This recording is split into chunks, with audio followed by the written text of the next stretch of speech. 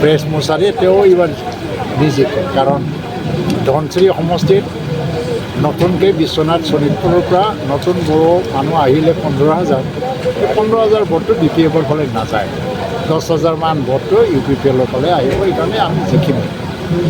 ঠিক তেনেকৈ বাক্সাত তেওঁলোকে নাই স্থিতি। আগতে বি জে ডিয়ে জিকিছিলে তামোলপুৰত, দৰংগাজুত, বিজেপিত জইন কৰিলে, তাৰপিছত বি পি এফ নাই। আৰু বৰ্তমান বাক্সা যিটো বাগানপাৰা, মুছলপুৰ, দিহিৰা আৰু ককলাবাৰী আৰু শালবাৰী, তাত বি পি এফ নাই, মটনগুৰিতো নাই। শালবাৰীত বি পি এফ আছিলে, তেওঁ ইউ পি পি এলত যোগদান কৰিলে। আৰু চিৰাঙত মোটামুটি তেওঁলোকে বহুত জিকিছিলে, কিন্তু আজিৰ দিনত বি পি এফৰ পৰা ৰিজাইন দি পেলাই কোনোবা বিজেপিত গ'ল, কোনোবা ইউ পি পি এলত আহিলে। তো চিৰাঙতো তেওঁলোকৰ অৱস্থাটো খুব শোচনীয়। তেওঁলোকে কোকৰাঝাৰত কেইটামান চিট জিকিব বিচাৰিছে। মই ভাবোঁ যে বি পি এফে খুব বেছি 7টামান চিট জিকি পাব।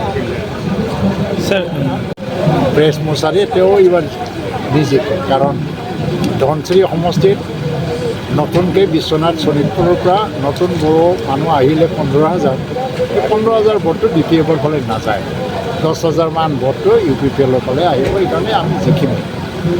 ঠিক তেনেকৈ বাক্সাত তেওঁলোকে নাই স্থিতি। আগতে বি জে ডিয়ে জিকিছিলে তামোলপুৰত, দৰংগাজুত, বিজেপিত জইন কৰিলে, তাৰপিছত বি পি এফ নাই। আৰু বৰ্তমান বাক্সা যিটো বাগানপাৰা, মুছলপুৰ, দিহিৰা আৰু ককলাবাৰী আৰু শালবাৰী, তাত বি পি এফ নাই, মটনগুৰিতো নাই। শালবাৰীত বি পি এফ আছিলে, তেওঁ ইউ পি পি এলত যোগদান কৰিলে। আৰু চিৰাঙত মোটামুটি তেওঁলোকে বহুত জিকিছিলে, কিন্তু আজিৰ দিনত বি পি এফৰ পৰা ৰিজাইন দি পেলাই কোনোবা বিজেপিত গ'ল, কোনোবা ইউ পি পি এলত আহিলে। তো চিৰাঙতো তেওঁলোকৰ অৱস্থাটো খুব শোচনীয়। তেওঁলোকে কোকৰাঝাৰত কেইটামান চিট জিকিব বিচাৰিছে। মই ভাবোঁ যে বি পি এফে খুব বেছি 7টামান চিট জিকি পাব।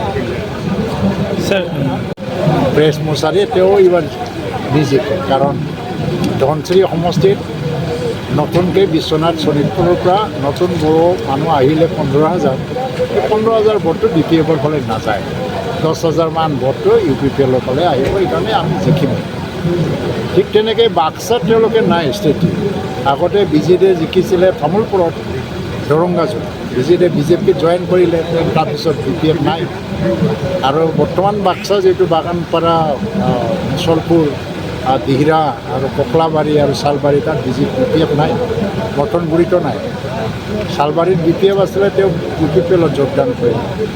আৰু চিৰাঙত মোটামুটি তেওঁলোকে বহুত জিকিছিলে, কিন্তু আজিৰ দিনত বি পি এফৰ পৰা ৰিজাইন দি পেলাই কোনোবা বিজেপিত গ'ল, কোনোবা ইউ পি পি এলত আহিলে।